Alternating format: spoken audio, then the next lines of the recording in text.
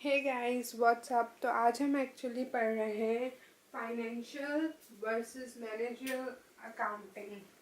ठीक है, तो ये दो तरह की अकाउंटिंग होती हैं। ये यूजुअली अलग अलग कोर्सेज आते हैं। जैसे आपका आ जाएगा analysis of financial statements, managerial accounting, cost accounting, दोनों बहुत सिमिलर हैं और सिमिलर चीज़ें होती हैं दोनों में।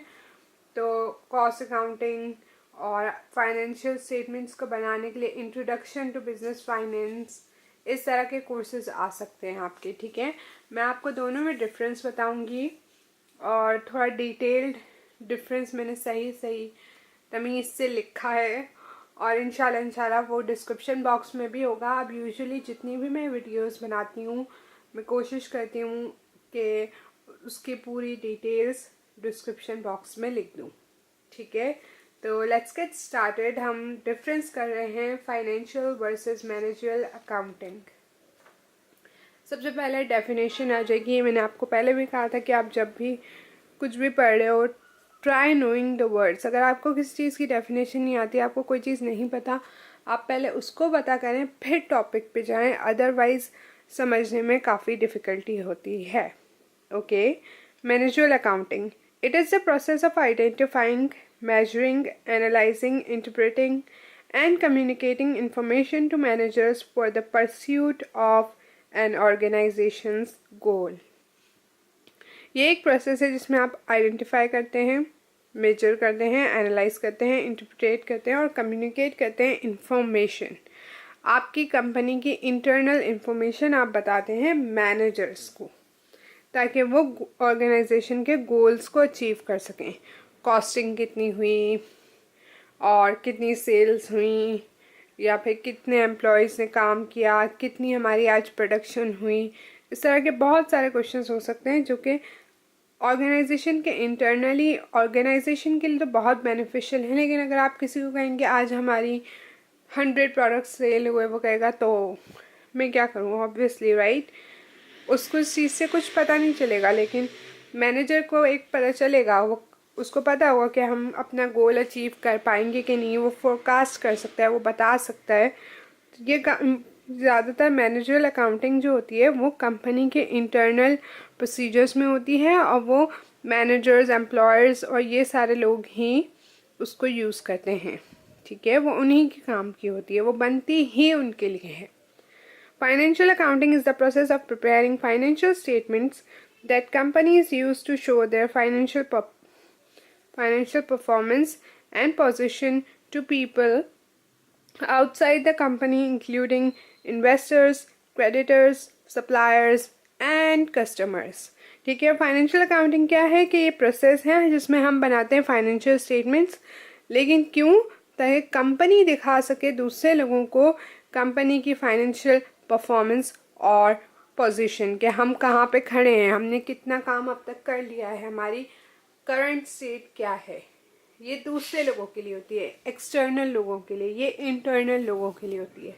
ठीक है, इसमें आप बनाते हो इंफॉर्मेशन मैनेजर के लिए कि वो ऑर्गेनाइजेशन के गोल को हासिल कर सके।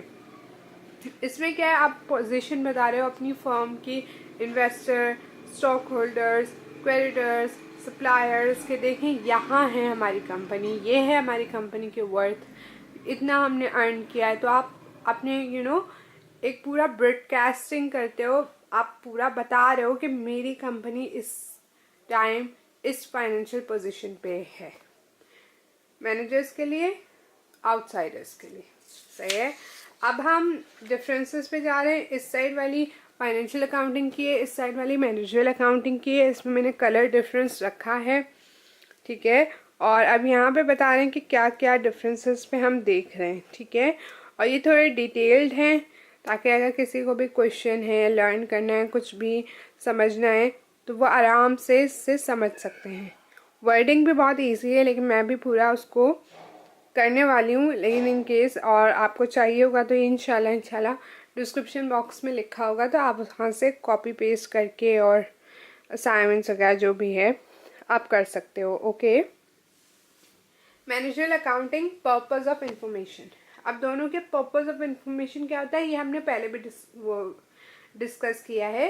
Help manager make decision to fulfil an organisation's goal.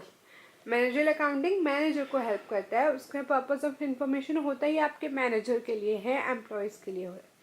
Financial accounting communicate organisation's financial position to investors, banks, regulator and other outside parties.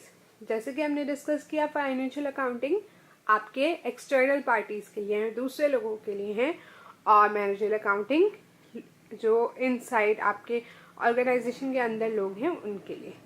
तो पर्पस क्या है, मैनेजर उसको यूज़ करके अपने ऑर्गेनाइजेशन के गोल अचीव करता है। इसमें हम कम्युनिकेट करते हैं हमारी ऑर्गेनाइजेशन की फाइनेंशियल पोजीशन आउटसाइडर के साथ, एक्सटर्नल लोगों के साथ, दूसरे स्टेक होल्डर के साथ, ठीक है। प्राइमरी यूज़ क्या है, कौन करता है इसको, प्राइमरीली मैनेजर्स हमने देख लिया, एक्सटर्नल यूज़र्स ये भी हमने अच्छा खासा अब तो डिस्कस कर लिया। फोकस एंड एम्फेसिस, अच्छा अब इसमें थोड़ा सा क्या है कि ये फ्यूचर ओरिएंटेड होता है। कैसे, इसमें पता चलता है कि आपको पता चला कि हमारी एक महीने की सेल हुई है 10,000, तो आपने कहा अब फ्यूचर में जो है ना नेक्स्ट महीने की सेल हमें कोशिश करनी है, हमारा गोल है 12,000, ठीक है। तो ये आपने एक फ्यूचर ओरिएंटेड बजटिंग कर दी, एक फोरकास्टिंग कर दी, एक गोल सेट कर दिया, तो ये आपके मैनेजर अकाउंटिंग में आता है, ठीक है। और वो आपने जो इन्फॉर्मेशन जो आपको दी गई थी उस हिसाब से बनाया है। ये पास्ट ओरिएंटेड होता है, ये आगे का नहीं बताता, काइंड ऑफ थोड़ा बहुत, लेकिन ये इतना एम्फेसिस नहीं करता। ये आपको बताता है कि अब तक हमने क्या किया है, हमारी कंपनी ने ये किया, हमारी कंपनी के पास ये है, हमारे एसेट्स ये हैं, अब तक का तो सब बताता है, आगे का नहीं बताता। यहाँ अब तक ये हुआ है, अब आगे हम ये करेंगे, तो ये एक डिफरेंस हो जाता है, ठीक है। अब time Spain and types of report, ठीक है। मैनेजरल अकाउंटिंग जो है ना, अब मैं पढ़ लेती हूँ क्योंकि सब लोगों की डिमांड होती है। Varies from early to 15 to 20 years with financial and non-financial reports on products, departments, territories and strategies। सही है। अब इसमें क्या है कि ये घंटों की रिपोर्ट भी हो सकती है, तो 15 से 20 साल की रिपोर्ट भी हो सकती है। आप जितनी चाहे, मैनेजर जितनी बोलेगा ना कि मुझे इस टाइम फ्रेम की, इस टाइम पीरियड की, उतनी की हम उसको रिपोर्टिंग कर देंगे, ठीक है। फाइनेंशियल भी हो सकती है, नॉन फाइनेंशियल, जैसे कि मैंने कहा सेल्स।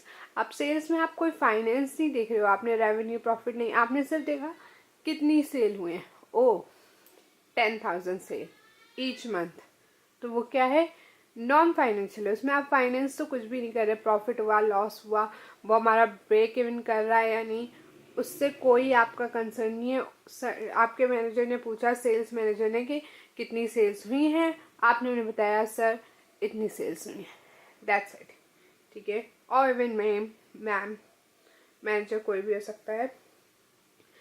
एनीहो, अब फाइनेंशियल अकाउंटिंग में annually and quarterly reports are prepared primarily on the company as a whole.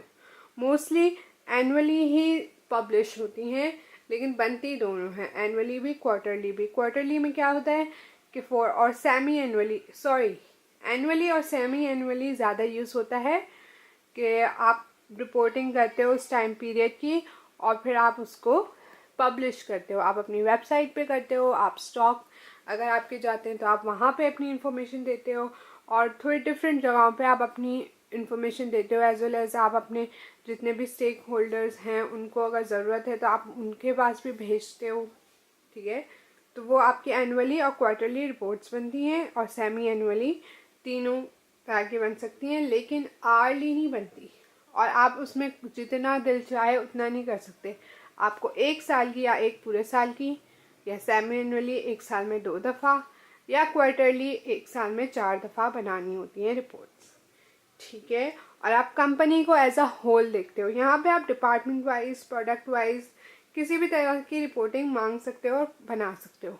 यहाँ पे आप एज अ होल कंपनी लेते हो, एक डिपार्टमेंट नहीं, पूरी कंपनी ने क्या किया, ठीक है। Rules of measurement and reporting, very easy. Managerial accounting में internal measures and reports do not have to follow GAAP but are based on cost benefit analysis. And financial accounting. Financial statements must be prepared in accordance with GAAP and be certified by auditors. GAAP क्या है? Generally accepted accounting principles. इत्तफाक से मैंने आज ही video बनाई है, अब तक शायद अपलोड भी हो चुकी होगी, आप वो प्रिंसिपल्स देख सकते हैं. मैनेजरल अकाउंटिंग में वो क्या करते हैं कि इंटरनल मेजर्स रिपोर्ट्स जो है वो किसी चीज़ को फॉलो नहीं करते, वहाँ कोई रूल्स एंड रेगुलेशन नहीं है, आप जैसे चाहें मांग सकते हैं. आपकी इंटरनल ऑर्गेनाइजेशन को नीड्स थी, आप वो डिस्पैच कर सकते हैं, आप उन्हें दे सकते हैं कि ये लें, फॉलो अप कर सकते हैं, ठीक है. लेकिन यहाँ पे जो है ना, ये फाइनेंशियल स्टेटमेंट्स गैप की ही अकॉर्डेंस होनी चाहिए, क्योंकि आप आउटसाइडर्स को दे रहे हो तो उसके कुछ रूल्स एंड रेगुलेशंस हैं. और उसके बाद उसका ऑडिटर्स से, चाहे इंटरनल एक्सटर्नल ऑडिटर्स से भी उसकी सर्टिफाइड होना होता है. एंड देन आप जाके वो पब्लिश करते हो. उससे पहले आप पब्लिश नहीं कर सकते, उससे पहले आपकी समझे रिपोर्टिंग नहीं हुई है, आपको ऑडिटर से वो ऑडिट कराना होता है, वो चेक करता है कोई mistake etcetera etcetera. It's like teacher से आपने एक असाइनमेंट पे कमेंट ले लिए, उस तरह का सीन होता है ऑडिटर, कि वो आपका पूरा रिपोर्टिंग चेक करेंगे एंड देन वो आपको बताएंगे एंड देन आप उसको पब्लिश करते हो, और वो गैप के अकॉर्डिंग से होनी चाहिए. And that's it for this whole video. I hope कि अच्छे से मैंने समझाया. Anyways, thank you so much guys for watching, and I will see you guys in my next video. If you like this video, then make sure to like, comment, share and subscribe. I will see you guys in my next video. Bye guys.